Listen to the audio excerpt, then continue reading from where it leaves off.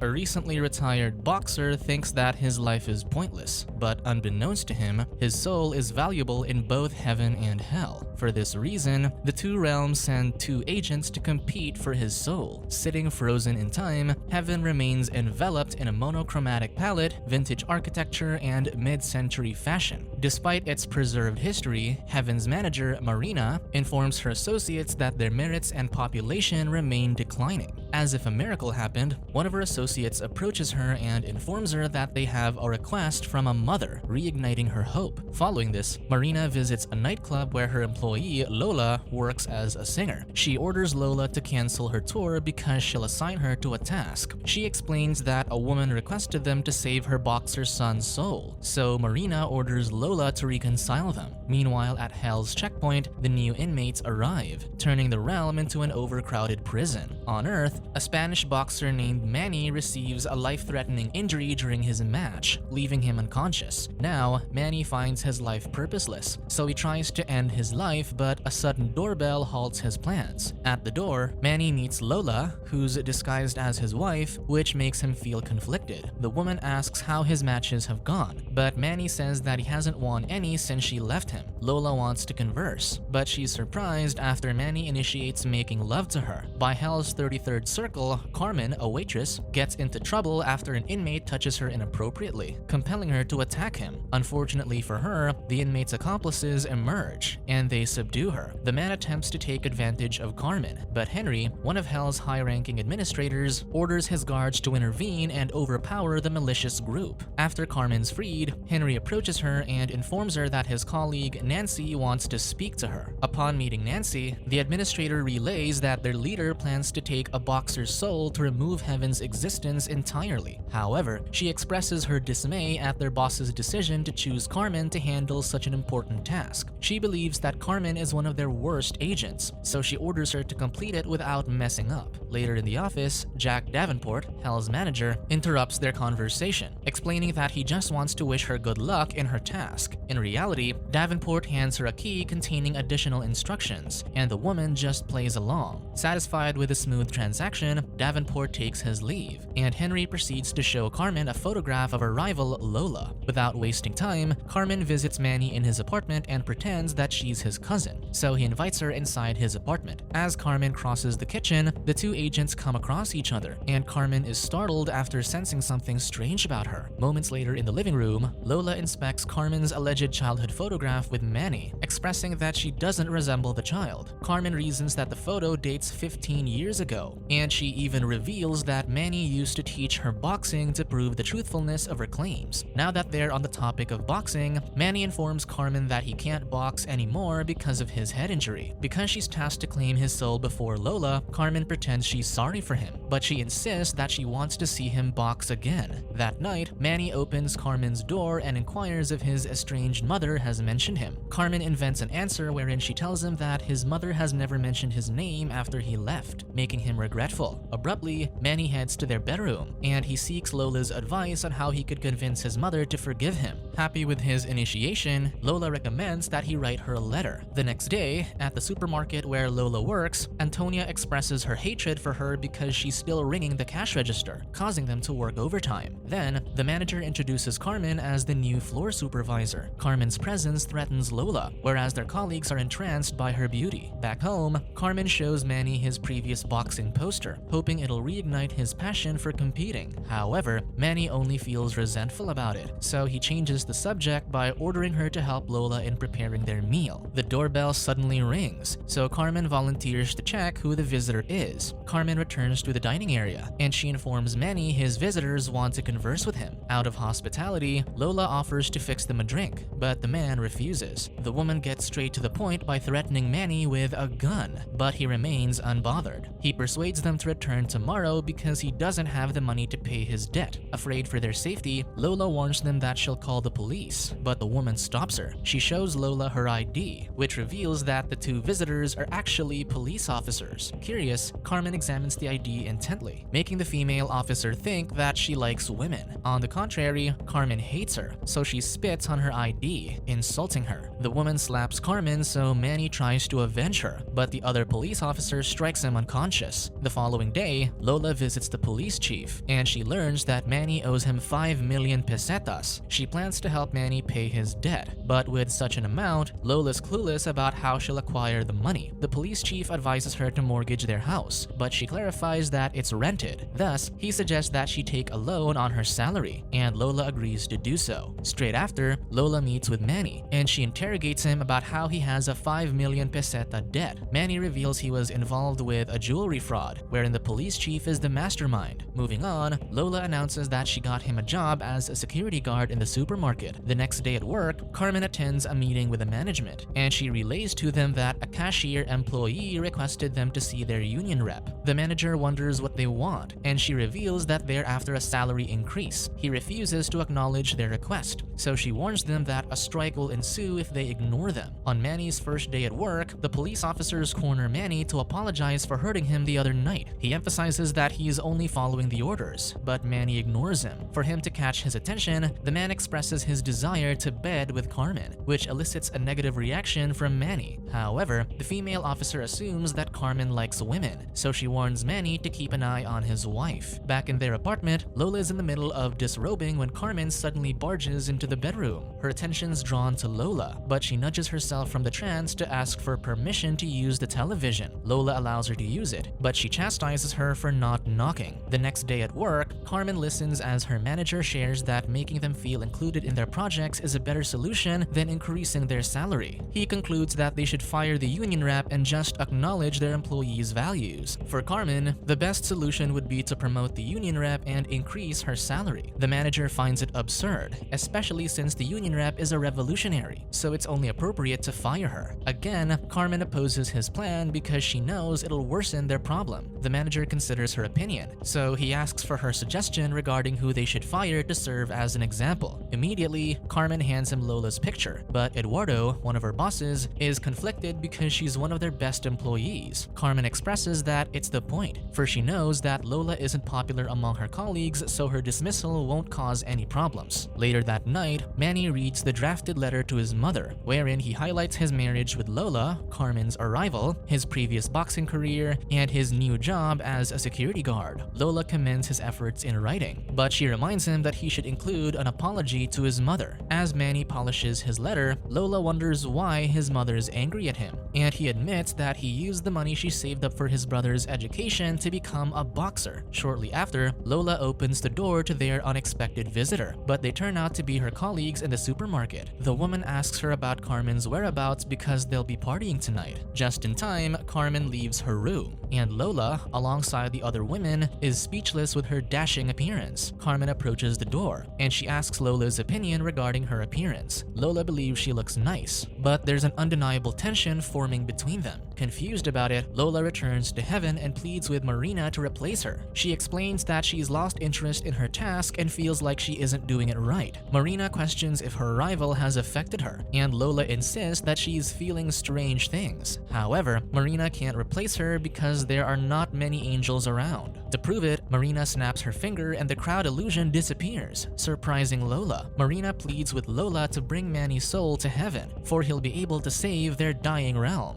The following day, Carmen returns home drunk from partying, but she's bothered to hear Lola and Manny's intimacy. She notices Manny's letter for his mother, so she proceeds to snoop into it. When she learns that Manny's seeking forgiveness from his mother, she's frustrated as it'll hinder her plans. All of a sudden, Lola leaves after making love with Manny, and she's surprised to find Carmen staring at her. Manny follows Lola, but his mood turns sour when he discovers that Carmen read his letter. Moments later, Manny heads to the post office to send his letter, but he changes his his mind at the last minute. Upon returning to his apartment, Lola asks him if he sent the letter, but he denies it. He tries to make love with her, but Lola refuses as she demands the reason he refuses to post the letter. Manny reveals that he just remembered how his mother favored his brother over him. With his revelation, Lola starts to feel discouraged and pressured as her task will be more challenging to accomplish. Manny heads to Carmen's room to check on her, but he encounters a stack of explicit magazines on her bed, cementing his hunch that she's into women. That day in the locker room, Carmen uses Davenport's key, and she discovers an envelope containing information about their meeting place. At the parking lot, Carmen meets Davenport, and the man stresses that their conversation is strictly confidential. He informs her that some of the council members, particularly Nancy and Henry, are plotting to replace him. He adds that they're against his traditional approach and plans to change the rules that are in their favor. Now, Davenport requests her help, and Carmen swears her loyalty to him because she hates traitors. Pleased with her answer, Davenport changes Carmen's task. She has to protect Manny's body. Davenport promises to take her to Circle 10 if she accomplishes her task, much to Carmen's delight. Before their conversation ends, Carmen wonders why Manny's soul is important when he's just a normal sinner. Davenport explains that even insignificant things can bring drastic changes in a particular situation. Just after, Carmen visits Eduardo's office and pleads with him to withdraw Lola's dismissal, emphasizing that she made a mistake. However, Eduardo discloses that it's impossible, and he proceeds to present her dismissal letter because of her connection with Lola. Right away, Carmen follows Lola inside the train with the intention of conversing with her, but the woman slaps her out of spite. Unfazed, Carmen clarifies that she only did it out of her obligation to her boss. To convince her, Carmen reveals that she is an angel from hell. She informs her that a rebellion has broken out in hell, so they need to protect Manny to stop it. Moreover, Carmen requests her to persuade Marina to meet with Davenport, as they need to join forces. Soon after, in Manny's apartment, Davenport communicates with Marina that heaven and hell need each other's help to maintain equilibrium. Marina senses that Davenport's hiding more information, so he reveals that the council wants to replace him and change the rules for their gain. Therefore, he wants Manny's soul to go to heaven through his own choice. To make it less suspicious, he proposes to present as if the boxer's soul will be a threat to hell's survival. But Marina's hesitant because it's against their written rules. Davenport knows the consequences of his choice, but he needs it to be accomplished as they're facing a crisis. That night, Lola catches Manny training to box, which surprises her because he should be at work. Manny informs her that he's quit his job at the supermarket to continue pursuing boxing. Concerned, Lola reminds him that he's injured, but he remains stubborn. Later in the couple's room, Lola threatens to leave him if he pursues his boxing fight. Manny explains that he can't stop himself because the sport makes him feel accomplished. Emotional, Lola worries that he might perish, but he's unbothered by it. Eventually, Lola allows him to fight one more time as she understands him. On the day of Manny's fight, the boxer endures multiple blows to his head, but he displays great perseverance. He proceeds to counter his opponent's attack and hits him with a powerful punch, knocking the man down. As Manny celebrates his win, he becomes stiff and suddenly loses consciousness, sparking Lola's concern. At the hospital, the doctor confronts Lola for allowing Manny to box again, which further complicates his condition. With how things have turned out, Lola's more pressured on how they'll prevent Manny from further harm. All of a sudden, Lola thinks of an idea, and she shares with Carmen that she plans on robbing their previous workplace so they can pay Manny's debts. However, she emphasizes that she needs Marina's permission first. Shortly after, in heaven, Marina cautions Lola that her decision is against their rules, and she risks a chance of getting her angel status stripped from her. Thus, she advises her not to pursue her plan, but Lola refuses because it's the only option she has. One day, Lola's in a hurry to leave for her alleged job interview, but Manny's suspicious that she's actually cheating with a woman behind his back. Because of this, he confronts her and threatens that he'll end their lives if his hunch is proven right. When Lola's finally away, Manny's further provoked after finding her meeting with Carmen. During their operation, despite wearing masks, Carmen unknowingly calls Lola's name while she restrains their previous employers. After they secure the money, the pair are on their way out when they encounter one of their colleagues. Left without a choice, the pair decide to converse with her for a bit, for they don't want to appear more suspicious. However, due to this delay, their employers are able to recover, and they've announced that they'll lock all of the doors for security reasons. The manager fires warning shots near the women, but an unafraid Carmen tries to fight back, but her gun isn't loaded, and Lola reveals that she removed the bullets to avoid hurting other people. Just then, the manager grabs Carmen's hair through the shelves, themselves, and he threatens to end her life if she makes a wrong move. This compels Lola to sneak behind him, and she strikes him with her gun. The manager begins to lose consciousness, but before it happens, he shoots Lola in the chest. Concerned for her, Carmen checks on her, but Lola lies about her being fine. With this in mind, Carmen demands that she give her the gun, but Lola's unable to comply due to her bleeding injury. Carmen's confused because an angel can't bleed, but Lola informs her that she's been mortal as a consequence of her decision. Once more, Carmen demands that she give her the gun, but Lola struggles to retrieve it. Thankfully, a concerned bystander hands it to Lola, much to her appreciation. As Lola slides the gun in her direction, Carmen tries to get it, but Eduardo, who's carrying a shotgun, intervenes. Out of betrayal, the man punches her, which causes her to bleed, something she doesn't expect. Before he can further hurt her, Lola appears and threatens to shoot him, so in the end, he surrenders his weapon. On their way out, Carmen orients Lola about how inmates are judged in hell. She shares that the judge can turn the rich into poor, and in her case, she was a former male delinquent who was punished to become a woman. She wonders if Lola's bothered by her revelation, but she isn't. Back at Manny's apartment, the women find him watching news coverage about their supermarket heist, and they're puzzled because the police chief declared them deceased. Surprisingly, the police chief emerges from a room alongside his accomplices, making Carmen realize that Manny has conspired with them. The police chief orders Manny to take Carmen's gun, and he complies. Upon realizing that the police chief plans to kill the two women, Manny betrays him because it's not what they've agreed with. Manny orders Carmen to take the officers' guns and encourages them to escape. Now alone with them, Manny challenges them to a fight without using any weapons, and they accept it. To subdue Manny, the police officers proceed to strike him in the head so that he'll meet his demise. Manny sustains fatal injuries, and as he succumbs to death, he desperately calls for his mother. Following this, Davenport meets Marina in court, and the pair discuss Manny's possible sentence. Marina believes that Manny has a 50% chance of going to heaven because she appealed to the judge to use the Thermopylas clause. This means that, despite Manny's previous ill treatment of women, Marina believes he should be pardoned as he sacrificed his life for Lola and Carmen. True to Marina's hunch, Carmen receives a message from Davenport, and the man informs her that Manny is saved. Additionally, they are saved as well, so they regain their angel status much to their delight. Since their task is done, Lola recommends they return the stolen money, but Carmen refuses, emphasizing it's theirs. Before they part ways, Lola encourages her to take the money, whereas Carmen gives her a bracelet as a remembrance. Shortly after, Lola arrives at the fair gate, but she's alarmed that two officers corner her. The man informs her that her bracelet is a stolen item, leaving her speechless. Meanwhile, Carmen heads to the airport and books a first-class flight to Geneva. However, when she pays her using the money from the heist, the ticketing agent discovers that her money is all counterfeit, so she secretly contacts the authorities. For this reason, both women are sentenced to prison for 3 years, but Carmen informs Lola that she'll leave on Monday because of her connections. Their conversation shifts into the probability of them meeting again, and Carmen supposes that if they ever meet again, she'll be a man, her true form. As an aftermath of their mission, Manny's still adjusting in heaven, and he finds the realm boring because his vices are forbidden there. On the other hand, Lola's quit singing and she's back into politics. She's returned to Earth and is a member of an anti-globalization group due to heaven's lack of agents. In terms of Carmen, she's reached the 10th circle and is now a man named Tony. Despite this progression, Lola and Tony are yet to meet again.